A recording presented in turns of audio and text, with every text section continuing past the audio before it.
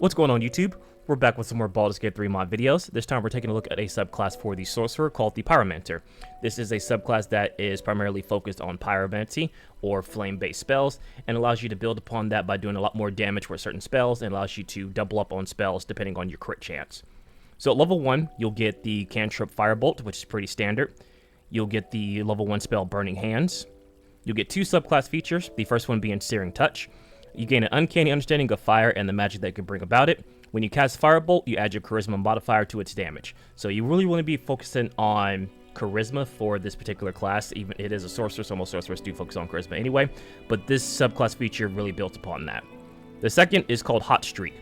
You cast a spell with Chaotic Flare to him. The number you need to roll a critical hit while attacking with a spell is reduced by 1. When you score a critical hit with a spell, you may cast Firebolt as a bonus action. This plays upon the fact that you really want to get those crits in, so you can cast a Firebolt as a bonus action, which allows you to use your charisma modifier to modify the damage and increase the damage. So at higher levels, you will be doing a lot more damage with your Firebolt spell.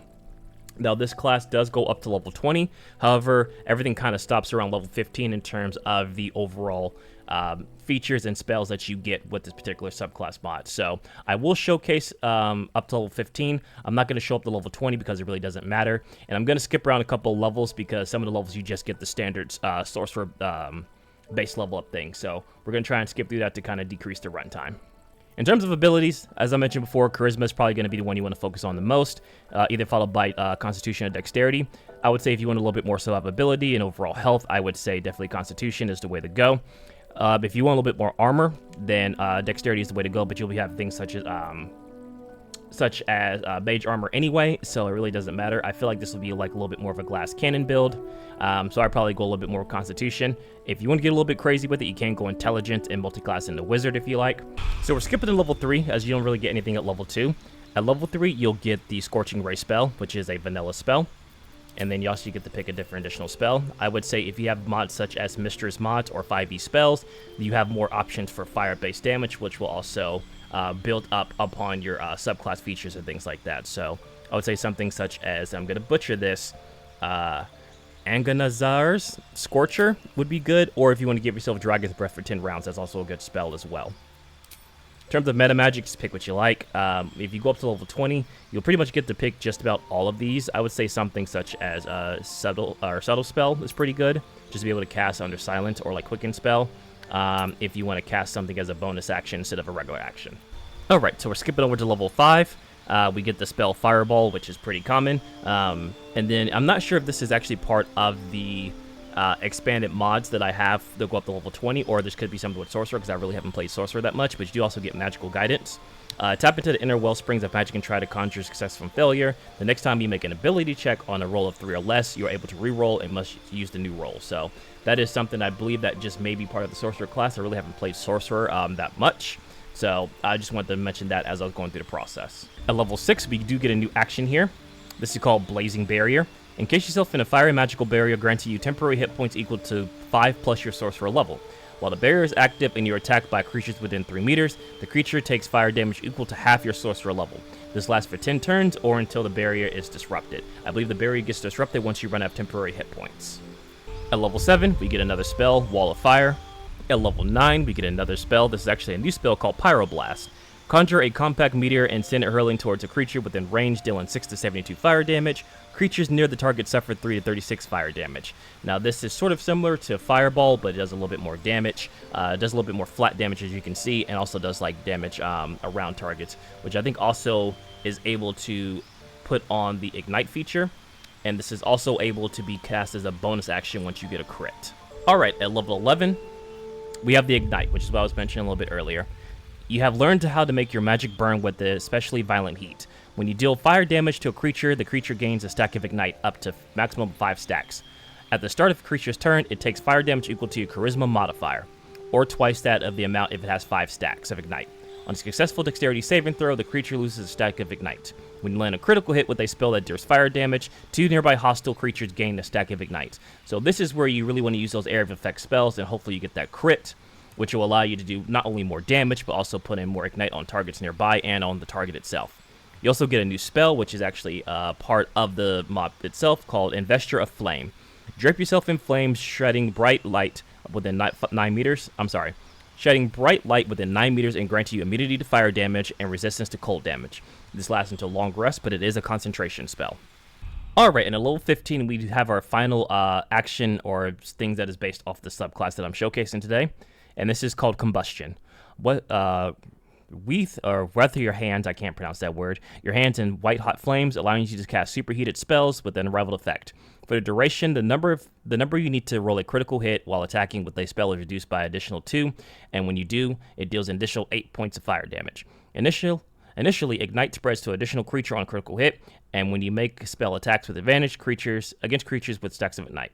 So essentially what this means is that when you cast Combustion on yourself, this allows you to drop your crit rate along with the subclass feature, Hot Streak. You drop that down by 3 points, meaning you only need to roll a 17 essentially to crit, which is very, very strong, especially in the late game. Now, of course, this is at level 15, so unless you have like mods that also increase the XP gain that you get from the story mode, as well as maybe like increasing some of the creatures' levels and effects, you probably won't get too much use of this, but just know that you will be doing a lot of damage while you have Combustion on. This will allow you to crit a lot more easier, which allows you to spread Ignite, which allows you to just do more damage over time, unless they make a dexterity saving throw. So this is the last spell that you get, or the last action that you get for the Pyromancer subclass. So we're going to go ahead and skip over to the equipment, and then we're going to be doing something a little bit different for the combat scenario. Alright, so regarding the equipment I'm going to be using, this comes from the Fade's equipment distribution, and on top of that, this comes with the Chaos and Control Sorcerer equipment. So for the headpiece, we have the Hood of Spell Mastery. I'm going to be pausing just so you guys can look at the effect. You can pause the video. I'm not going to go over these in depth. The Cape of Fluctuating Ward. The Robe of Ethereal Threads.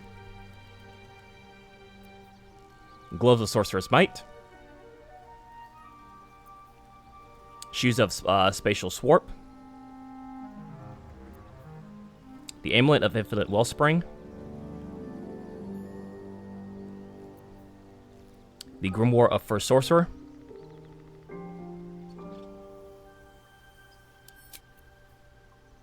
The Sphere of Controlled Chaos. And then in terms of armor, or I'm sorry, weapons, we have the Staff of Channel Power. And we have the Aethymist Heartstone. And I apologize if I butchered that wrong. So again, this comes from the Sorcerer equipment of the Chaos and Control Sorcerer equipment from the Phase distribution. There is a video out on everything that you get from each of the classes. I'm not going to be making a video on that, but I'll link one if you want more of a detailed description about that. So, in terms of the combat scenario, what I usually do is just record and play a combat scenario using the Trials Reloaded, or Trials of Tav Reloaded, sorry. What I'm going to try and do is I'm actually going to commentate over it and kind of explain some of the features that happened as it's going on, rather than just showcasing it and having you guys kind of like see what's on the field. So, I'm going to try to do something a little bit different. Hopefully you guys enjoy that. Let me know what you guys think. Well, let's go ahead and go into the combat scenario. So there's a few things I can do here to kind of like start my turn in the round. I don't want to get too close, so what I'm probably going to do is I'm going to use Blazing Barrier. I'm going to cast Haste. And then I'm also going to cast Combustion on myself. Now what this does is essentially allows me to be able to make 2 actions. Combustion allows me to reduce my crit rate chance by 2, which gives me a total crit rate chance reduced to 17 instead of 20 because of the other passive that I have. And then Blazing Barrier just kind of gives me some temporary hit points and just allows me to survive a little bit more in case like the burst damage that happens. So I'm also going to be casting Magical Guidance so I don't fail. And then we'll go ahead and end our turn here.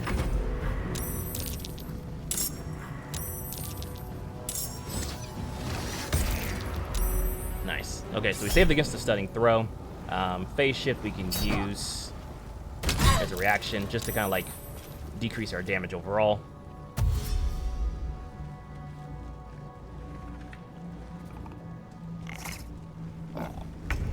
Alright, so we're going to start with our basic Firebolt to see if we can like cast some Ignite. He does have Unstoppable, which is going to be a little bit of annoyance, but there we go. So we did crit, and we did put in 3 stacks of Ignite, which is nice. Because we did crit, I believe we crit. It says that we crit, but I'm not exactly sure. Yeah. Since we did crit, we can use Pyroblast as a bonus action. So we'll go ahead and toss that as a bonus action. Which takes away his last stack of Unstoppable. What I'm going to do is I can't really cast Haste as it's going to break my... not Haste, I can't cast Hold Monster because it's going to break my Haste. So we're going to try and pile on the damage here. We can upscale Pyroblast.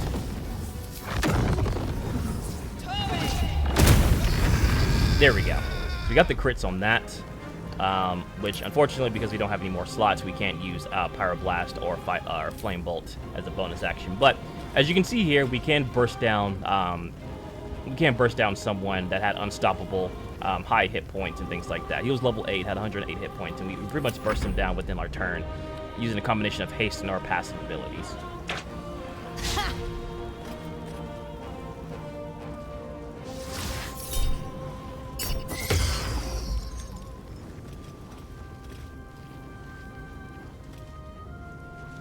Let's see if they group together.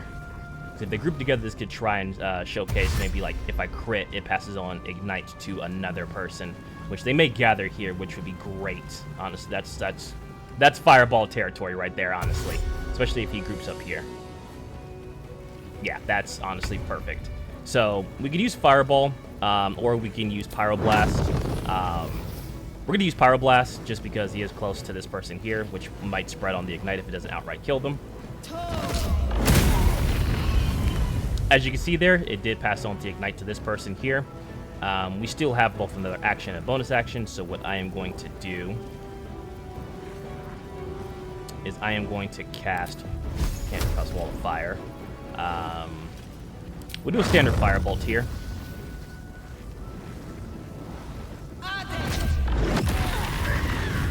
And as you can see, Fireball does also work with Ignite. Basically, any fire-based damage that we do has a chance to cause an Ignite, and gives us a chance to cause a crit. Now, because we are a Sorcerer, we can use a Quicken Spell. A little bit closer. And now we have an Ignite on him as well.